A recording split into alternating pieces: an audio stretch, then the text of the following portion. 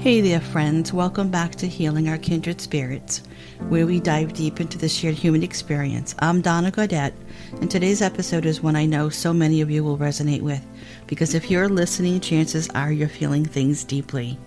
If you're someone who feels everything, if the weight of the world's suffering sits heavy in your chest, if you're exhausted from absorbing everyone's pain, if you've ever wondered, how do I keep caring without breaking, then this episode is for you.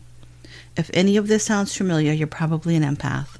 And being an empath in this world, in this moment, is both a gift and a burden.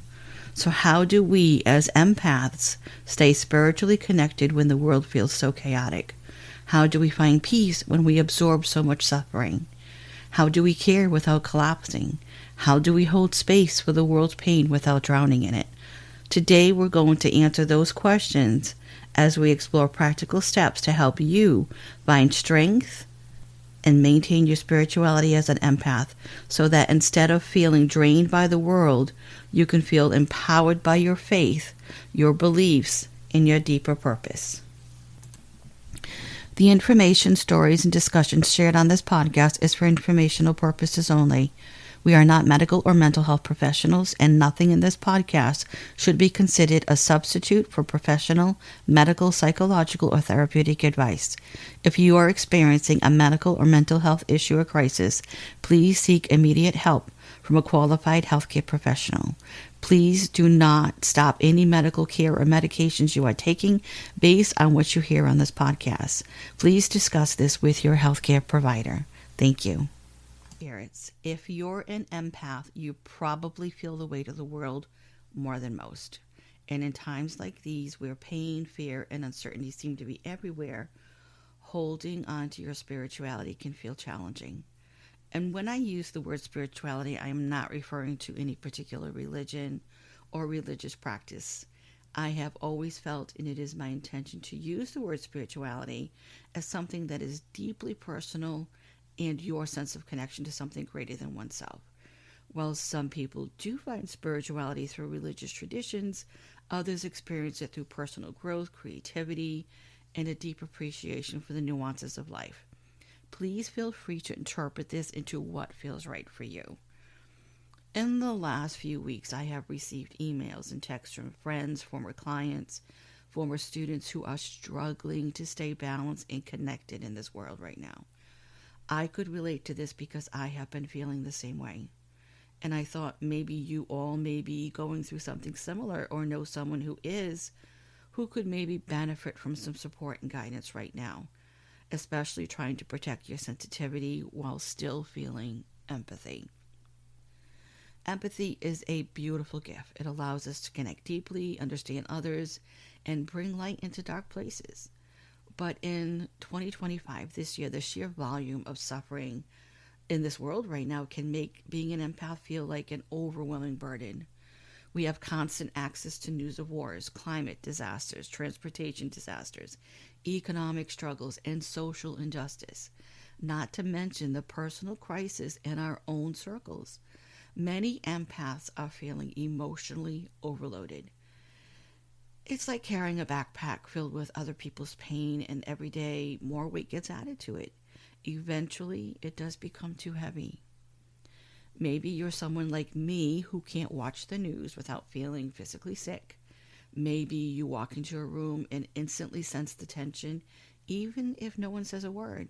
Or maybe you're the go-to person in your life, the one people unload their emotions on because they know you get it. So let's talk about it. Let's talk about the emotional burnout, the helplessness, and most importantly, how we move forward without losing ourselves, because it's very easy to do that. I'll be giving you some insight and some tools that I use to help navigate these overwhelming feelings. These are things that help me. So being an empath in today's world is challenging enough, but holding onto trust and confidence, or in other words, faith in the midst of chaos, that can feel nearly impossible.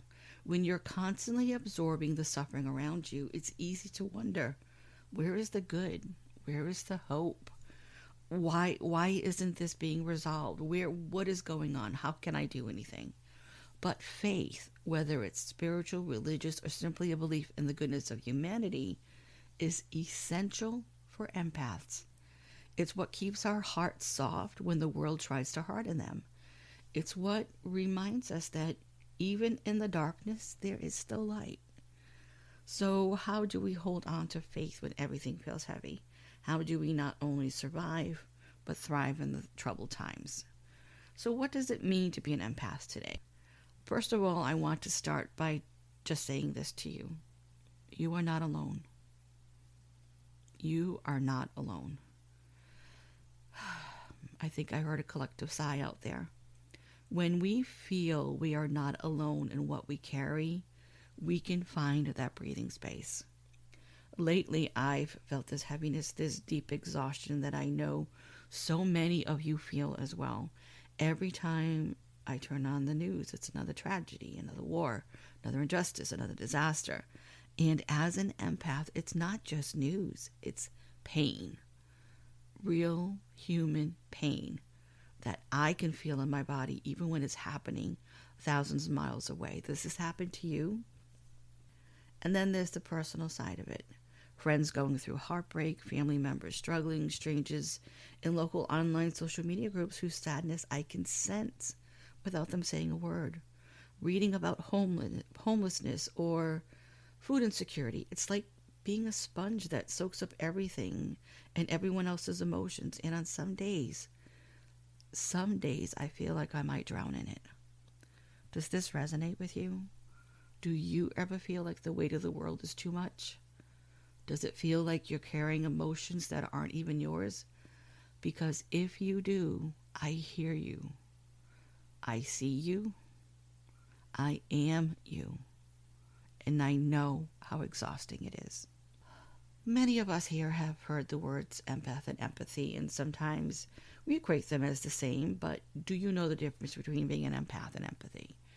An empath is a person who has an innate ability, an intuitive ability to deeply sense and absorb the emotions, energies, and experiences of others, often to the point of feeling them as their own. Empaths are highly sensitive to emotional and environmental stimuli, and they may struggle with emotional boundaries due to their heightened awareness of other people's feelings, emotions, even their pain. Empathy is the ability to understand, share, connect with the feelings and perspective of others. It mostly involves recognizing emotions in others, feeling compassion, and responding with sensitivity, and that's not always easy. Empathy can be cognitive, which is understanding another's emotions. It can be emotional, which is feeling what another person feels, or compassionate, which is you want to take action when you see someone in distress. As an empath myself, it isn't about just someone who feels compassionate sympathy. It goes much deeper. We feel things physically, emotionally, and oftentimes spiritually. We absorb the energy around us. We don't just understand pain, we feel it. And it affects every area of our physical, emotional, mental, and spiritual well-being. I read a quote that reminded me that as empaths, we must observe and not absorb. And that's true. And speaking for myself, I try really hard to stay in those lanes, but it's not always easy. Some days I can, other days not so much, and I fall apart. Now, in a perfect world, this would mean we're healers, we're bridge builders, we're light workers, and deeply connected to human beings and also the human experience. And that's what makes us kindred spirits. And we are. Myself and many of my friends work or have been in these type of fields where we're bridge builders and light workers, where we feel so connected. A lot of people work in the medical field. We feel things so deeply. But in today's world where everything that I talked about is so out there, and the human suffering floods our screens 24/7, being an empath can feel like carrying the weight of the world on our shoulders. So how do we hold space for the world's pain without losing ourselves in it? I'm hoping that's what we can explore today. The reality of staying spiritually and holistically connected in times like this isn't easy. As empaths, we feel everything, and that can make it hard to hold on to faith. Maybe you're questioning why there's so much suffering. Why aren't things going the way they should be? Why are there so much injustice? Maybe you're feeling distant from your own spiritual or holistic practices. Or maybe you're just exhausted from carrying the emotional weight of the world. I know I am.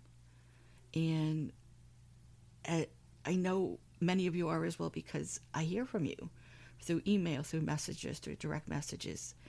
I hear you. And if that's you, I want you to know there is nothing wrong with you. Your sensitivity is not a flaw. Your struggle to stay connected doesn't mean you're failing. It just means you need a new way to ground yourself. And that's exactly what we're going to talk about today. So what are some of the challenges that we face as being an empath this year, specifically this year, because there are so many changes? Well, let's be honest, 2025 is not making it easy for empaths. So let's talk about a few things, some of the biggest challenges we face right now. Most of us feel helpless. We feel helpless, and we feel our world is broken. So many empaths struggle with guilt. I know I do.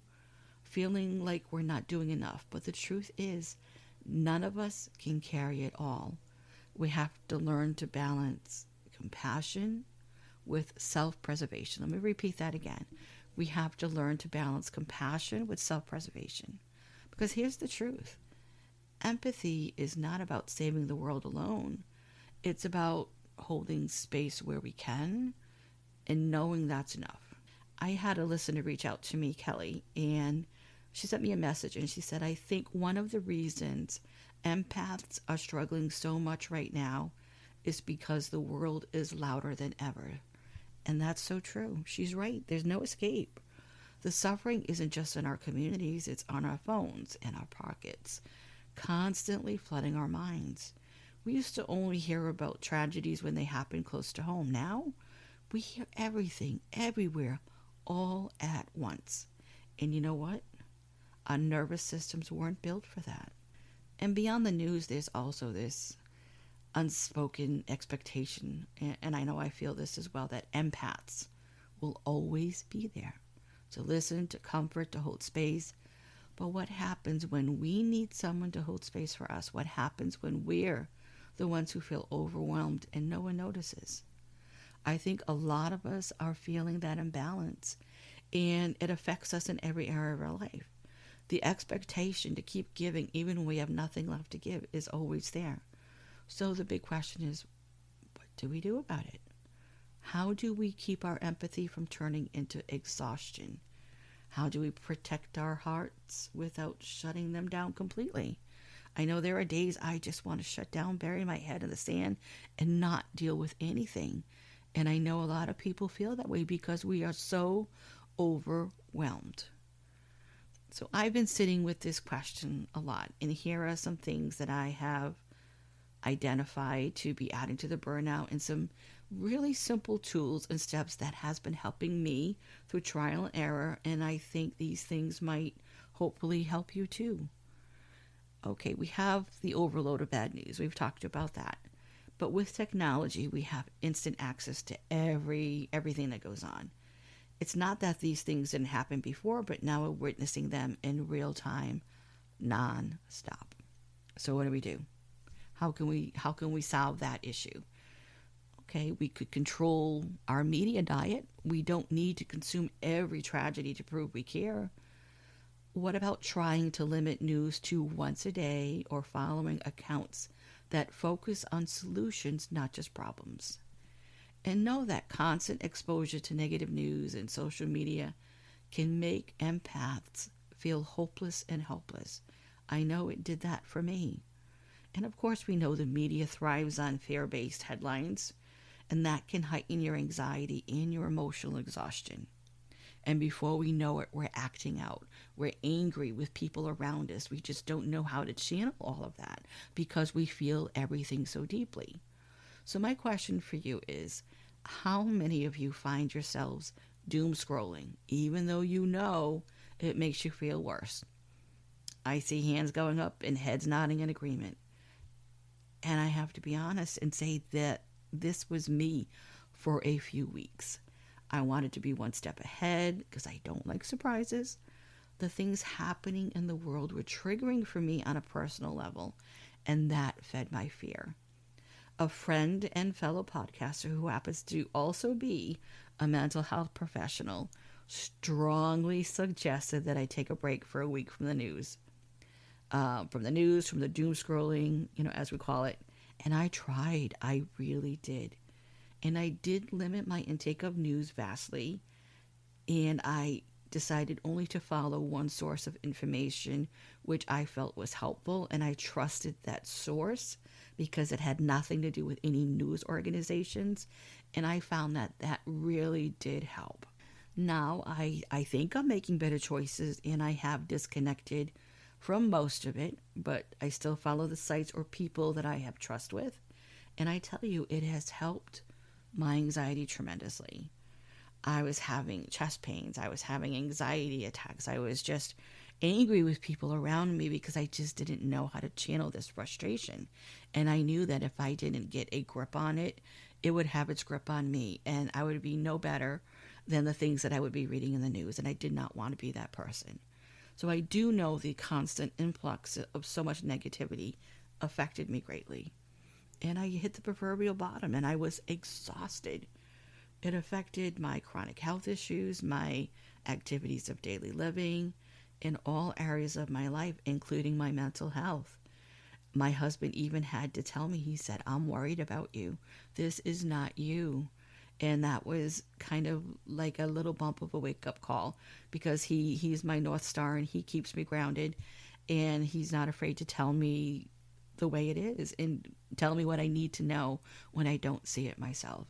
So maybe you have someone in your life like that can keep you on path. So this way here, when you're spiraling, someone else will notice that and help you get back on path.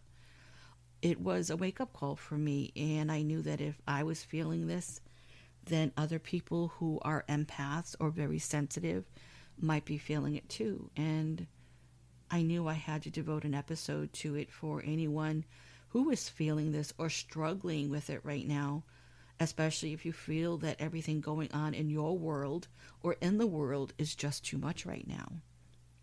So what positive steps can you take?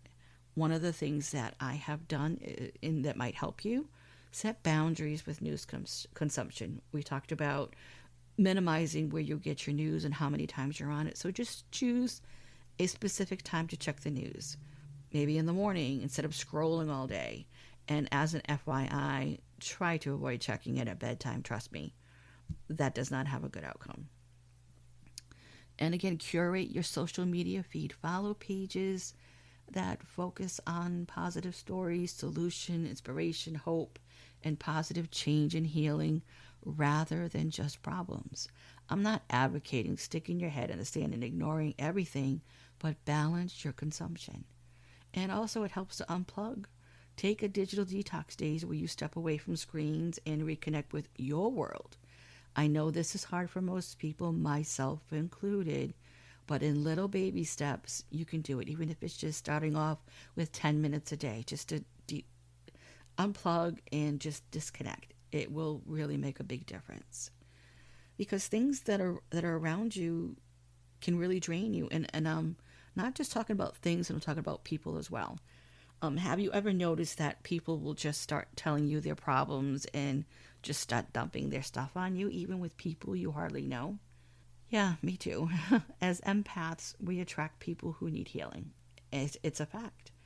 And while we want to help, we have to recognize when we're being drained. Not everyone who comes to us for support is entitled to our energy. Let me say that again. Not everyone who comes to us for support is entitled to our energy. It's a fact that empaths often attract people who drain their energy. And I don't know if you've ever heard this term before, but sometimes they're known as emotional vampires. Whether someone is intentionally or unintentionally draining your energy, it's a pattern of behavior that often demands excessive attention. energy or validation without reciprocation. If someone's always take, that should be a red flag for you. And you must be aware of these people in your lives. And we know that constantly helping others can leave empaths feeling depleted and unsupported. Believe me, I've been there more times than I can count in my life. I'm much better at recognizing them now, but it takes good boundaries. And it took me a long time to get good boundaries. And I still struggle with it now and then. When I was teaching, I had to deal with many different types of personalities, and some were very draining. I had a sign in my classroom that said, "Please take responsibility for the energy you bring into this space." Let me read that again. Quote, "Please take responsibility for the energy you bring into this space," unquote. And I believe it's important to maintain your sacred spaces as well. I have that same sign in my home in plain view when someone comes into my home. And to keep me from doing the same thing, I also have it as a reminder on my bedroom door.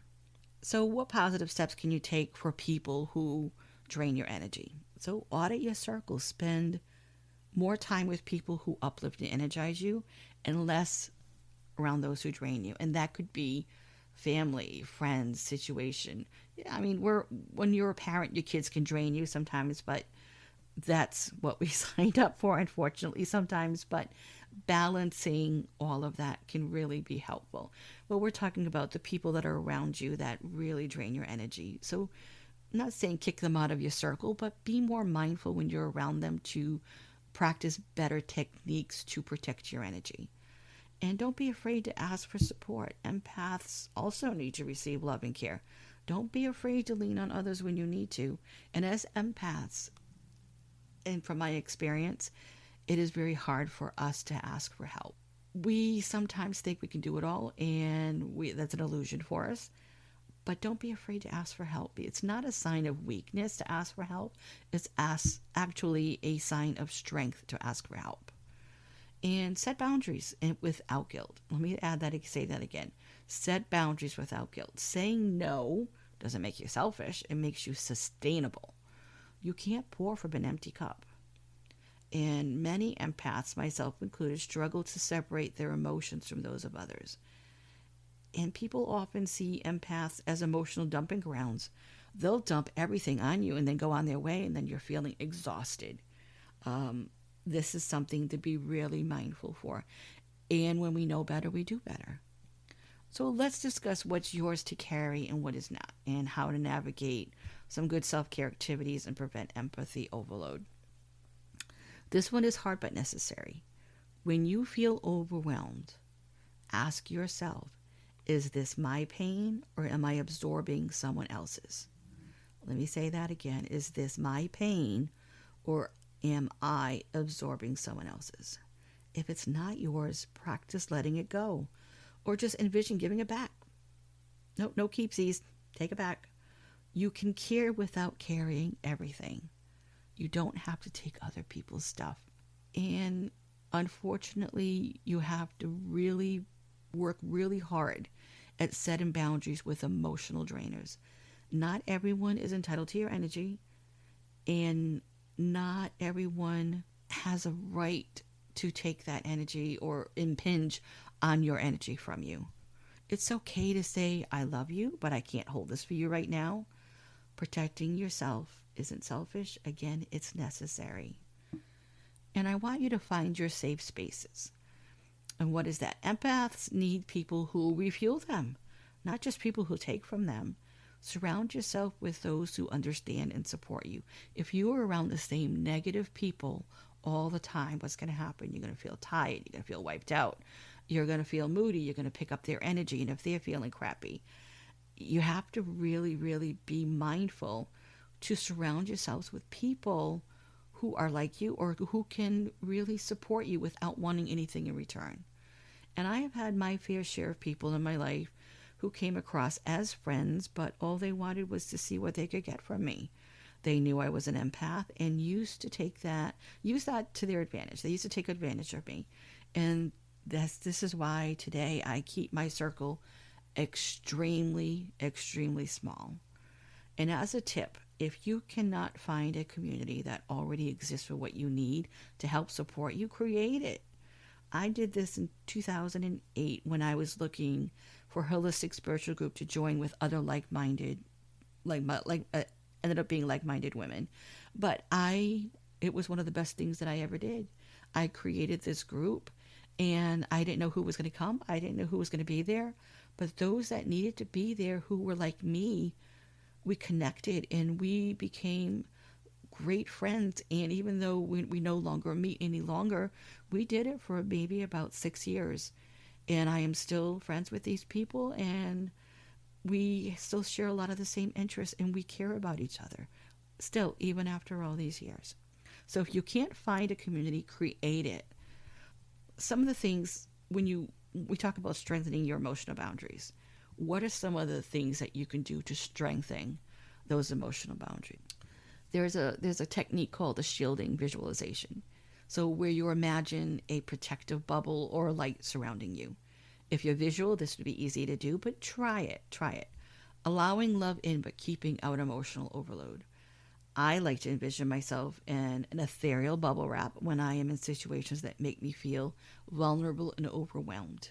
If I'm in a situation or a place, or I'm going somewhere and I'm not comfortable and I feel very vulnerable, I will imagine myself in a protective bubble wrap.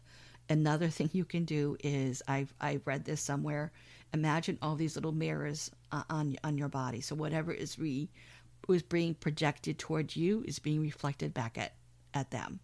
And this is really important. When I used to work in corporate America, I unfortunately had a manager who was just very high strung, and not that she was negative, but she was just very needy. And I found that when she would come into my cubicle, I used to get very drained, very tired, very wiped out. And when I read about the mirror technique, I just put a tiny little mirror in my cubicle facing out into the doorway. And I found that did help a lot, because whatever she was projecting into my cubicle got projected back out, and it wasn't mine to keep. And I know that I cannot stress how important it is to ground yourself when you're in situations around people who try to drain your energy. That's why we need daily grounding techniques to avoid emotional burnout. So some of my favorite grounding ones is nature therapy. Some people like to walk in the woods, the forest, by lakes, even just standing barefoot on the ground for a few minutes. People sometimes call it earthing. Some people call it grounding. For me, I find being by the ocean or any body of water so therapeutic for me. And that's where I recharge spiritually. It's like my church. Just putting my feet in the sand, standing out looking over the ocean, as just hearing it and seeing it, smelling it, feeling one with what I'm viewing, what I'm feeling. That's how I spiritually recharge. And grounding is a very easy technique. You can do it anywhere. And say you're in line at the grocery store, you're feeling overwhelmed, you're feeling stressed. Just imagine roots growing from the bottoms of your feet into the earth and grounding yourself, wrapping yourself around something tangible. So this way here you feel grounded. It's a very visual and sensitive technique. I can't get this out today. It's a very visual and sensitive technique that you can do. And there's also breath work. Inhaling for 4 seconds, holding it for 4, and exhaling for 4. And then there's body movement. It is really true that when you move your body, it can really help dispel or get rid of that energy you're holding on to that you don't need. There's yoga, dance, even shaking out excessive energy can help. Listen to a guided meditation. There's an abundance of meditations on YouTube and anywhere online, basically. And many authors who write spiritual or holistic books often have meditations available. If you're interested, I have recorded a guided meditation for empathy, and it can be found as a bonus episode where you found this podcast. And as an aside, I have decided to do Meditation Monday, so be sure to watch wherever you get your podcast for a meditation that I will release, an original meditation every Monday. So redirect your empathy into purposeful action. So how can we redirect our empathy into something positive? Choose a cause. Choose just one cause. Instead of feeling overwhelmed by everything, pick one cause you deeply care about and take small, meaningful actions like volunteering, donating, advocacy. And you want to balance consumption with contribution. For every 10 minutes of news you consume, take 10 minutes to do something positive. Help a friend, create art, or support a cause. And focus on the small wins. Remind yourself that even small acts of kindness create ripple effects. You don't have to fix the whole world to make a difference. And also, it should go without saying, but surround yourself with energizing, supportive people. And when you can, even though we have a heavy world right now, try to prioritize joy. Yes, the world is hard. Yes, there is suffering. But there is also laughter and love and beauty and light. Give yourself permission to feel joy, even in dark times. The heaviness of the world can make empaths feel guilty for enjoying life. And constantly feeling the weight of others' emotions can drain your joy and creativity. Have you ever noticed that you're enjoying yourself or having a joyful moment, and then you remember something that all of a sudden makes you very sad, and you feel guilty for enjoying yourself, or think that if you feel good about something, something bad is going to be happening? That is called foreboding joy. Dr. Brené Brown calls this foreboding joy. It's more than okay to feel joy. If we don't allow the lighter emotions in life into our lives, it can be draining and very difficult to move forward. What about engaging in lighthearted activities? Watch a funny show or a movie, dance, play with pets. Do something creative just for fun. And the biggest thing, especially that I found, is practice gratitude. Start or end your day by listing 3 things you're grateful for. It helps to shift your focus from pain to beauty. And remember, the more grateful you are, the more reasons you find to be grateful. And that reminds me of a quote that David Steindl-Rast, a Benedictine monk known for his teachings on gratitude, he emphasizes that, quote, "It is not joy that makes us grateful. It is gratitude that makes us joyful," unquote. That hit home for me when I read that a long time ago, and I try to adhere to that as often as I can. And we know that when we feel exhausted, we just don't want to deal with anything. But rest. You deserve to rest. It's not selfish. Again, it's necessary. And focus on what you can control. We don't have a remote for the universe or to our lives. We can't control everything. Empaths often feel overwhelmed by global suffering because we care so much. But the truth is, we can't fix everything. But holding on to faith means shifting our focus from what we can't control to what we can. When we feel helpless, like many of us do many times, pause and ask yourself, what small, meaningful action can I take today? And what does that come to you? What comes to you intuitively? Listen to that intuition. And focus on your immediate world. Be a light to the people around you. And the biggest one, accept that you can't change everything, but you can always spread kindness, love, compassion in your own way. It's not that you're looking through life with rose-colored glasses, but you're choosing to be the light for yourself and others. That can be empowering, inspiring, and enlightening, especially to other kindred spirits. And we know that constant exposure to negativity, whether from the news, social media, or draining people, it can erode your body, mind, and spirit, and it can leave you feeling hopeless. As an empath, you have to be intentional about what you consume. So some things that I have done, that I have been redoing again, is nurturing my connection to something greater. We all know that faith isn't just a belief, it's a relationship with something bigger than yourself. Whatever and however you choose to associate this connection, that's up to you and where you are in your life. Some people refer to it as the universe, God, light, goddess, humanity, intuition, or your own inner wisdom. Nurturing that connection can help you stay grounded. I know it has for me. I have gotten better with reconnecting with that part of myself, and that has helped tremendously with feeling so overwhelmed. There's praying, meditating, or reflection daily. Even 5 minutes of stillness can help you reconnect your body, mind, and spirit. I try to do this at least 10 minutes a day, uninterrupted 10 minutes a day. And again, we talked about spending time in nature, and read or listen to something that uplifts your soul, or something that can give you some wisdom, whether it's a spiritual books, a podcast that uplifts you. Surround yourself with messages that reinforce hope instead of doom and gloom. And I know sometimes it's hard, but try to look for the good in the world. And if you can, try to be a part of it. When the world feels dark, it's easy to believe that all hope is lost. And many of us have been feeling that lately. But if you look closely, there is still goodness everywhere. Acts of kindness, stories of resilience. There's love in the purest of forms.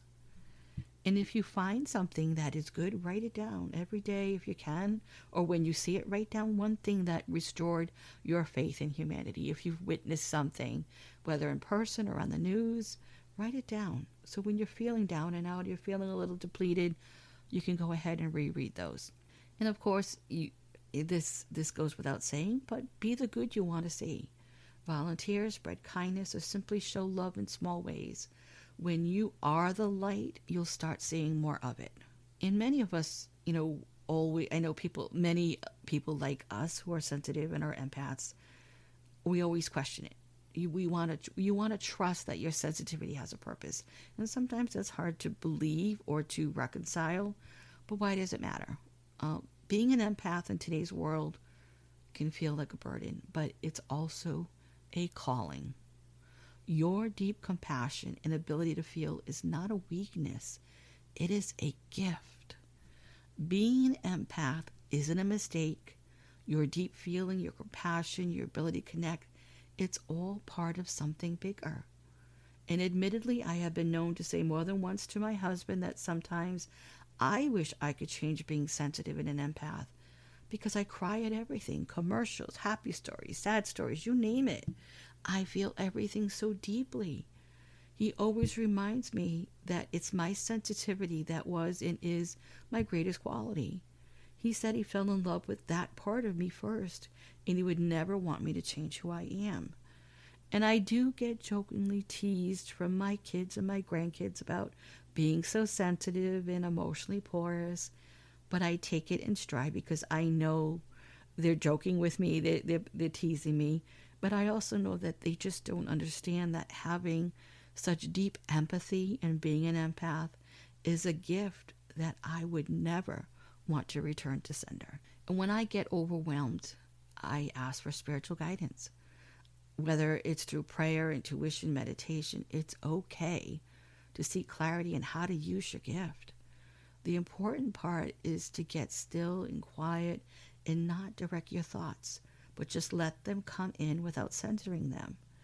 Guidance can be a beautiful thing when we get the ego out of the way. Let me repeat that again. Guidance can be a beautiful thing when we get the ego out of the way. And affirm that your empathy is a strength, not a weakness. If you find yourself saying, I feel too much, try saying, my ability to feel deeply is part of my purpose. It switches and reframes your thinking. And remind yourself you were made this way for a reason. Your empathy is part of something bigger. And find ways to use your sensitivity as a strength, whether it's through creativity, service, simply showing up for others. Channel your emotions into purpose. Your sensitivity isn't just for you. It's meant to bring more love and healing into the world. And you are not just a receiver of emotions. You are a transformer of energy. If you take nothing else from this episode, please remember this. You are not responsible for healing the whole world. You are allowed to rest. You are allowed to protect your peace. You are allowed to say, I care, but I cannot carry this today. And here's the most important thing I want you to remember. Being an empath is not a weakness. It's a superpower and a gift. It's a superpower and a gift. The world needs more people who care deeply, who feel, who connect, but we need to be wise about how we use our energy. So instead of feeling powerless, ask yourself, how can I use my empathy in a way that energizes rather than drains me? What small action can I take to make a difference without burning myself out? Empaths are not weak. Empaths are not weak. In fact, they are some of the strongest people in the world. But strength isn't about carrying everything. It's about knowing when to set things down. You can care without collapsing. You can be compassionate without being consumed. And you can make a difference without losing yourself in the process. Take what you need from the episode and start protecting your beautiful, sensitive heart, because the world needs you, but it needs you whole. Keeping faith as an empath in troubled times isn't about ignoring pain. It's about believing in something greater than the pain. It's about choosing hope when despair feels easier. It's about remembering that even when the world is heavy, love still wins. So take a deep breath, protect your heart, and trust that your light matters, because it does. In closing, you are not alone in the struggle. You are not failing just because you feel overwhelmed. And your connection to something greater is always there. You just have to find ways to nurture it. Spirituality, especially for empaths, is a journey, not a destination. And some days will be harder than others. But if you keep coming back to what grounds you, you will find your way. So how do you as an empath navigate these difficult times? What practice help you protect your energy? Send me a message, leave a comment, or join our Healing Our Kindred Spirits private Facebook group page where you can connect with other kindred spirits, or tag me on social media. I'd love to continue this conversation. I am very grateful that you took the time to listen to this episode, and if it resonated with you, share it with someone who needs to hear it. We're all in this together. Until next time, take care of your body, mind, and spirit. Protect your precious energy, and remember we are all kindred spirits. And just in case you forget, remember, you are never too much, and you are always enough.